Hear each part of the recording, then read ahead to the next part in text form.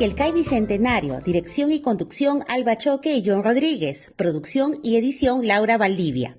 Buenas tardes amigos, bienvenidos nuevamente a Quelcai Bicentenario, un programa dedicado a los temas de difusión del patrimonio, la cultura, en torno a la independencia del Perú.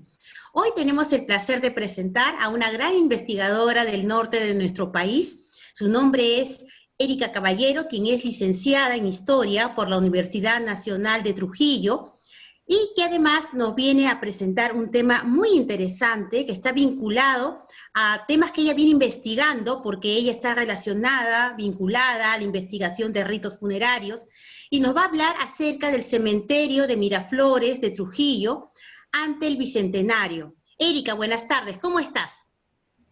Muy buenas tardes, Salva. Muy agradecida por esta invitación y por dar a conocer un poco más sobre la historia del norte del Perú. Muy bien, Erika, ¿qué nos puedes comentar acerca de este importante camposanto que se encuentra en el norte de nuestro país? Y además, pues porque muchos personajes ilustres y la historia misma de todo el Perú está relacionada con parte importante de toda la trayectoria de este cementerio. Bueno, como ya estamos rumbo al Bicentenario, como es sabido ya en la historia del Perú, en la ciudad de Trujillo se proclamó la independencia el 29 de diciembre de 1820. Y desde ahí hubo un cambio en las reformas legislativas de la República, de la naciente República Peruana, ¿no? Y una de ellas fue la construcción de panteones extramuros en todo el país, empezando por una idea que ya se originó en 1814 en la ciudad de Trujillo, pero que se retomó entre 1821 y 1822. Para 1823, 1829, ya se tiene conocimiento de que en este cementerio ya se estaban empezando a enterrar. Pero como ya se tuvo esta idea de que en las iglesias, en las criptas, aún se enterraban, entonces fue un poco difícil que la gente, la ciudadanía trujillana en ese entonces, pudiera enterrarse en este cementerio, ¿no? Extramuros de la ciudad. Es por eso que en 1831 se inaugura el cementerio con el nombre de Cementerio General nada más, de Trujillo, con el ingreso de lo que son los restos del obispo Luna Victoria, con la bendición del arzobispado, y por ello es un simbolismo cristiano para que la gente pudiera retomar este espacio funerario como un centro santo, ¿no? Y pudieran enterrarse ahí. Posteriormente, el cementerio, a partir de 1831, es un pequeño espacio nada más donde se entierra gente pudiente, ¿no?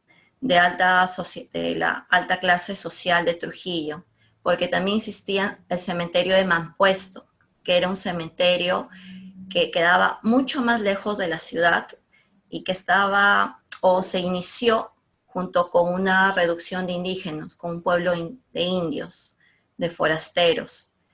Entonces, ese cementerio de Miraflores empezó a agrandar poco a poco durante inicios ya del siglo XX. Para 1903 se tiene en cuenta que se derrumba la capilla que estaba en el centro del cementerio por temor de que en algún momento se derrumbara, ya que el cementerio era muy visitado. Hasta se tiene conocimiento por las actas de cabildo de ese entonces, de que había viajeros que llegaban a dormir al cementerio, porque para ellos era una suerte de protección. Era como los ancestros los protegían. Entonces hubo policías que iban, gendarmes, que estaban en contra de esto, porque era un sitio sagrado. Entonces se empieza a acercar. Entonces este miedo de que por las intensas lluvias, el aniego de las criptas, en cualquier momento podía perjudicar a la población. Y uno de esos afectados fue la capilla de Miraflores. Para 1903, el inspector del cementerio, que fue Luis José Orbegoso, lo derrumbó totalmente. durante todo este tiempo se da diversas fiestas, bingos, pero lamentablemente nunca se volvió a construir, ¿no? Y se perdió esta parte del cementerio que fue la capilla central. Posteriormente hubo extensiones ya de los camposantos, se construyó la parte del camposanto para disidentes dentro del mismo cementerio de Miraflores, ¿no? En 1922. Entonces, dentro del cementerio también su importancia radica en que ahí se entierran diversos hacendados de la época en que fue el boom azucarero en el norte del Perú, ¿no? La familia Gillemeister, Larco Herrera, los Chopitea, Ganosa, Luna Victoria. Entonces, esto también es la importancia del cementerio. Se ve la historia del Perú a través de este camposanto. Qué interesante, Erika, todo lo que nos comentas. Y adentrándonos un poco de años posterior, llegando pues ya al centenario de la independencia nacional, donde también Trujillo y otras ciudades del norte van a jugar un papel importante, ¿cuál va a ser esta visión, esta presencia que tiene el cementerio de Trujillo bajo ese contexto? Sabemos que han habido pues epidemias. Ustedes en el norte del país siempre tienen la presencia fuerte del fenómeno del Niño. ¿Cómo eso afectó al cementerio este Camposanto y también a la ciudad de Trujillo en este caso? Como le comentaba, Alba, el espacio, bueno, mortuorio del cementerio transmite lo que es la historia en sí del norte de Trujillo y de toda esta etapa, ¿no?, histórica del Perú. Las epidemias siempre han arrasado desde, bueno, todo el territorio peruano. Nosotros tenemos, bueno, la viruela, la peste bubónica, que ingresó por nuestros puertos. Hubo una época, a fines del siglo XVIII, inicios del XX, que es desde 1870 hasta mediados de 1920, 1930, en donde hasta hubo 3 epidemias consecutivas, ¿no? Teníamos la gripe española, que ahora, digamos, entre 1918 y 1920, que ahora es tan conocida, ¿no?, por los momentos que estamos pasando. Teníamos la peste bubónica, juntas, imagínate, ¿no? Cuánta tasa de mortalidad hubo, porque he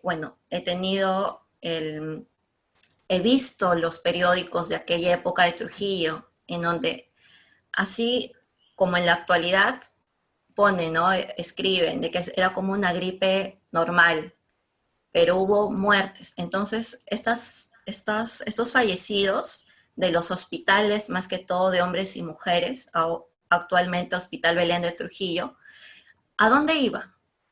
Iban a las fosas comunes que tenía el cementerio. El cementerio tenía una fosa común para estos enfermos, ¿no?, que fallecían por las epidemias de peste. Y estos fallecidos estos que se enterraban en las fosas no podían estar en contacto con las personas. Entonces, esa era una muerte, ¿no?, muy lejana a la ciudad.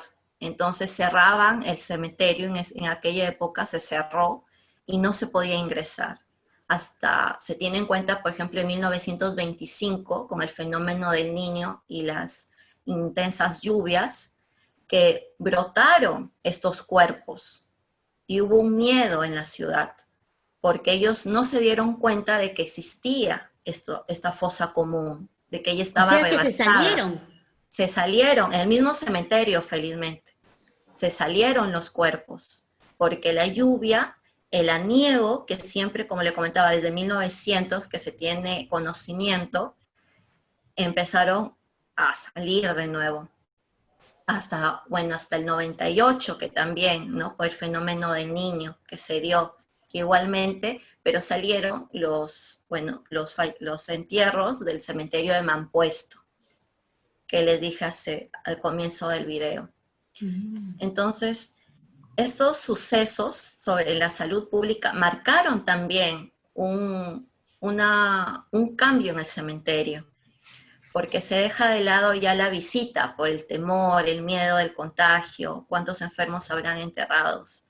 y eso también implicó un olvido un poco sobre quienes estaban enterrados en la ciudad, ya que, como se sabe, como les comentaba, en 1831 se inaugura el cementerio. Ahí también están enterrados diversos personajes que revolucionaron en la sociedad peruana, como Víctor Raúl Aya de la Torre, Claro. hasta el presidente Orbegoso.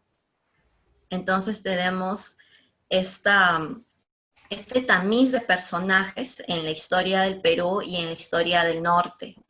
Por ejemplo, tenemos el primer alcalde republicano, Luis Cabero Muñoz, que está enterrado también en el cementerio de Miraflores, dentro de lo que es la historia trujillana, como los hermanos Blanco, que fueron educadores también, fundaron el colegio para niñas, que eran niñas en la orfandad. Caso pintoresco fue la propuesta del limeño Carlos Camino Calderón.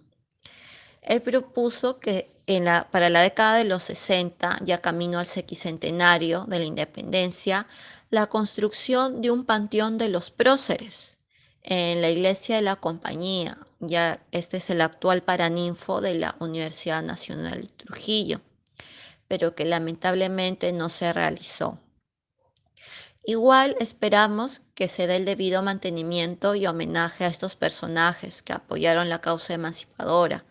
Entre ellos se destaca José María Lizar Saburu, que fue el fundador de la independencia del Perú, como se escribe en su lápida, ya que él perteneció al primer cabildo de Trujillo como regidor. Tenemos a Silvestre de la Cuadra, que también formó parte de los fundadores de la independencia, que sirvió en 1820 en el ejército patriota cuando derrotó a los españoles en Otusco. También tenemos al párroco de Huamachuco y vicario de la misma provincia, que es el padre Pedro de Soto y Velarde. Él celebró la misa despedida del Ejército Libertador, que marchó desde Huamachuco para vencer en Junín y Ayacucho, por ejemplo. Caso especial, como ya he comentado antes, es el presidente Luis González de Orbegoso y Moncada. Él es un caso peculiar, ya que en el cementerio solo se encuentra su nicho nada más, ya que a los 150 años de su muerte, su aniversario, su cuerpo es trasladado a su casa en la calle Orbegoso, ¿no? En la actual casa Orbegoso, que también lleva su nombre, que queda a una cuadra de la Plaza de Armas de Trujillo. Otros soldados y fundadores de la independencia, tenemos a José Isidro Bonifaz, Pedro José del Castillo, José Mercedes Vigo y Alfonso González de Pinillos, que fue uno también de los hombres que incentivó la construcción y mantenimiento de este panteón, ¿no? Cementerio de Trujillo. Entonces, desde una historia regional, el cementerio nos da a conocer esta importancia social, ¿no? Para no olvidar, hasta ya, hasta lo más importante, ¿no? Lo más global, que es la historia peruana en sí, que es de la emancipación. Así es, muchas gracias. Realmente me emociona pues saber que los peruanos hemos pasado una historia paralela a lo que ustedes pasaron a inicios del siglo XX. Es increíble cómo la historia se repite, además, ¿no? Prácticamente casi después de un siglo, Erika. Y sobre esto, este tema de estos enterramientos, hubo unas fosas comunes, como tú me comentas, pues seguramente habían enterramientos populares, pero frente a eso hay otro tipo de enterramientos, otros que manejan un lenguaje artístico, monumental, que también es importante explicar porque también nos van a revelar qué tipo de sociedad, digamos, tenía Trujillo en ese contexto. ¿Qué nos puedes comentar? Claro, rinden homenaje la misma Municipalidad de Trujillo junto con la Beneficencia, que son los dos entes que en aquella época resaltan el valor, eh, la actitud del héroe o de ese gestor trujillano que quiere revalorizar la ciudad y lo moderniza, ¿no? Por ejemplo, cuando fueron los funerales del héroe Ricardo Donovan, que falleció en la guerra con Chile. Él no está enterrado, por ejemplo, en la cripta de héroes en el presbítero maestro, porque se pidió y se solicitó que este héroe se enterrara en su ciudad, en el cementerio de Miraflores. Entonces, esto indica el orgullo trujillano hacia este héroe, ¿no? Su familia, por ejemplo, que siempre estuvo al tanto de la modernización de la ciudad, su hermano, de su madre, que también están enterrados ahí, la familia Donovan brindó una importancia social y civil a la ciudad. Por ejemplo, también, otro ejemplo fueron de los fallecidos del incendio de 1910 del Teatro Municipal de Trujillo. Ahí fallecieron niños, hombres, mujeres, y la sociedad se rindió de luto ante esta catástrofe. Desde Lima también, internacionalmente, España brindó un duelo, ¿no?, a este incidente catastrófico, porque fueron más de 25 personas calcinadas en este cementerio, que encontraron los restos, porque hubo más, pero se calcinaron totalmente. Le rindieron un homenaje en la ciudad. Entonces, estas pequeñas muestras de gratitud de la ciudad hacia personajes como héroes, como Cecilio Cox también, que fue el alcalde de Trujillo durante la guerra con Chile, que también está enterrado en la ciudad, nos muestra la importancia de la ciudad, ¿no?, ante estos héroes. Por ejemplo, también los funerales de Víctor Raúl Aya de la Torre, que también está enterrado en la ciudad de Trujillo, y es un gran punto turístico, ¿no?, en el cementerio. Así es, ¿quién no se toma una foto ahí, no? Cuando uno va a Trujillo, al cementerio, es obligado, pasa obligado. Además, nos guste o no la posición ideológica del personaje.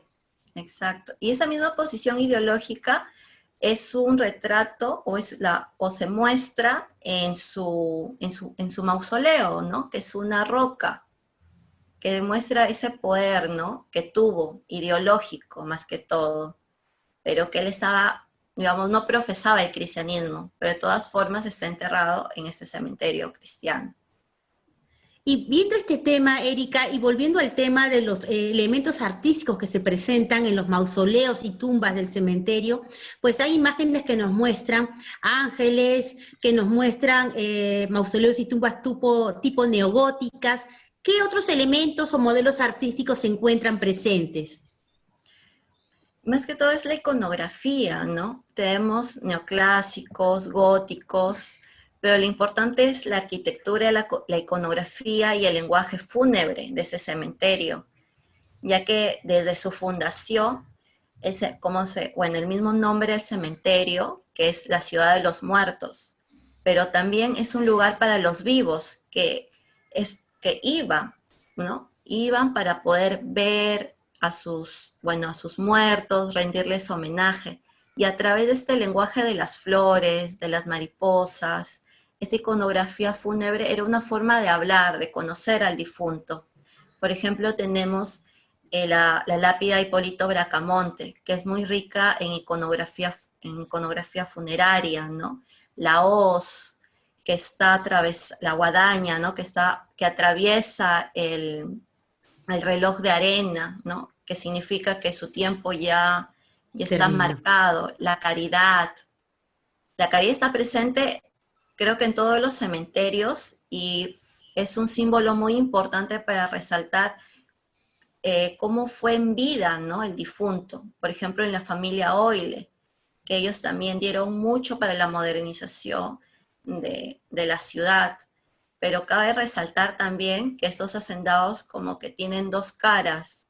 Avanzan, modernizan la ciudad de Trujillo, asfaltan las calles, traen los primeros automóviles, pero también es el trabajo que ellos realizan en las haciendas. ¿Cuál es su trabajo en las haciendas? Por ejemplo, el trabajo que realizan con los chinos, y es algo resaltante también ahí, ¿no? Cómo es esa forma también, cuando porque hay entierros, hay lápidas de la población japonesa y china dentro del cementerio de Miraflores, que posteriormente ya a mediados del siglo XX ellos adoptan lo mismo, las cruces, los ángeles, entonces es una adaptación. Bueno, muy aparte de ello, para seguir ¿no? con la exposición y con la conversación, son los epitafios, ¿no? Que es este lenguaje muy hermoso, ¿no? Que algunos dedican poemas, y en algunos poemas también se lee, ¿no? Cómo fueron, quiénes fueron, y esa es la importancia. Por ejemplo, tenemos un mausoleo gótico, que es de la familia Oile, que está representado ahí el David de Miguel Ángel. Y puede ser también Caín y Abel, porque está un hombre vestido, pues, bueno, solo su taparrabo de león, que puede significar el poderío ganadero de la familia, y hay otro hombre que está labrando la tierra, que es el poderío, ¿no? De las cosechas, de las haciendas. Entonces, algo resaltante. En otras palabras, nos estás diciendo que la tumba, el mausoleo, el panteón se convierte en un símbolo de poder bajo ese contexto. Exacto. Y no todas las familias grandes tenían un mausoleo, porque también está en esta época de poder llegar al cielo, ¿no? Bueno, cuando se construye el cementerio en 1831, que es a mediados del 19, está todavía este temor, ¿no? A la muerte, de poder llegar al cielo, de que se le perdonen los pecados. Entonces, más que todo, se empiezan a enterrar en criptas nada más, y las lápidas solo tienen pequeñas iconografías. Ya luego, para mediados del siglo XX, que es 1925 para adelante, hasta 1918 se podría decir, se empiezan a construir ya los grandes mausoleos, ¿no? Como José Ignacio Chopitea, como los Gildemeister, los Larco, los Acosta Risco, que son familias muy principales y muy preponderantes en la ciudad. Sobre ese mausoleo que nos comentaste por interno de Choipitea, ¿qué nos puedes comentar sobre la historia del personaje? Hay toda una leyenda urbana alrededor de la presencia de su tumba, ¿no? Sí, por ejemplo, bueno, la tumba de Víctor Raúl Aya de la Torre y la tumba de José Ignacio Chopitea son los dos puntos siempre estratégicos en rutas turísticas, en el necroturismo en la ciudad de Trujillo. Y resalta también las leyendas, ¿no? Bueno, les cuento que siempre es un atractivo esta leyenda. José Ignacio Chopitea, bueno, de ascendencia vasca, él fue un gran hacendado de la hacienda de Laredo, que lo adquiere, porque su padre ya fallece, Manuel Chopitea. Entonces, él empieza a hacer una transformación general de lo que es el monocultivo de caña de azúcar. Deja de un lado el trapiche tradicional del cultivo de azúcar. Entonces, este cambio origina como que un inicio en la agroindustria de las haciendas, un cambio radical. Él empieza, hasta forma parte del club Central de Lima, si no me equivoco. El Club Nacional. Club Nacional, disculpe, porque acá también tenemos un club central, entonces forma parte del Club Nacional. Entonces, este cambio de poder origina leyendas, y la leyenda es que él vendió su alma al diablo. Vendió su alma al diablo porque era muy pobre y se había enamorado de una señorita, y esta señorita era de alta alcurnia, y por lo tanto él no podía estar con ella. Y una tarde en el campo se apareció un hombre y le dice que podía tener todo, el amor de la chica, riquezas, todo lo que él quería, y nunca iba a pasar pesares. Entonces solo era a cambio su alma. Y bueno, José Ignacio lo acepta. Y así pasa de la nada a ser un gran hacendado, ¿no? Hasta el día de su muerte, que cuando fallece, entra, bueno, como un gran hombre, entra su ataúd en la iglesia, y de una ráfaga de viento todo se apaga dentro de la iglesia catedral, y su ataúd se cae, porque no pesaba demasiado, y cuando van a abrir no había absolutamente nada. solo había piedras, rocas, tierra. Y por ello lo entierran así nada más, amarrado el mausoleo. En la parte, es de dos partes. La parte de arriba es una cruz de mármol negro y en la parte de abajo están ya las criptas. Baja y lo amarran ahí el ataúd con cadenas a una virgen. Al día siguiente, cuando van a verlo, la virgen ya estaba llorando sangre, ¿no? Y el ataúd ya no estaba. Bueno, el cuerpo no estaba. Porque además él tiene una tumba en el presbítero maestro. Exacto. Como él era senador también, por parte de Trujillo, y él se casa con la señorita Heudebert, se casa en Lima. Entonces, de esta unión tiene una gran descendencia y por lo tanto él después de esto ya sale de la política. Sale de la política porque estaba muy enfermo y se traslada a vivir a Estados Unidos. En Estados Unidos va a fallecer. Cuando fallece en Estados Unidos, ya su cuerpo es trasladado a Lima y posteriormente a Trujillo. Pero ahí también hay una incógnita, que no se llega a saber si realmente está enterrado en Trujillo, porque como les comentaba, por las intensas lluvias, luego por esta leyenda se empieza a usar la cripta, el mausoleo, como un centro para hacer brujería, magia negra. Se empieza a sacar todo lo que es el mármol negro, de lo que estaba decorado alrededor. Se empieza a vender también las parcelas que estaban alrededor del mausoleo. Entonces esta destrucción hace como que imposible poder apreciar ya actualmente el estado antiguo y artístico, ¿no?, del mausoleo. En fin, Erika, podríamos seguir hablando pues acerca del cementerio de Trujillo. Tenemos que invitar nuevamente para detallar otros puntos que nos han quedado por el tiempo, pero te agradecemos finalmente, ya el tiempo pasado de esta entrevista que seguramente dará mucho que hablar y seguiremos una segunda versión más adelante. Muchísimas gracias por tu participación, Erika. Gracias, Salva, también por poder compartir un poco sobre la historia de Trujillo. Gracias. Bien, amigos, llegamos al fin de que el CAI Bicentenario, y los próximos sábados vamos a seguir colocando información importante sobre el patrimonio cultural de nuestro país. Gracias. Que el CAI Bicentenario, dirección y conducción Alba Choque y John Rodríguez, producción y edición Laura Valdivia.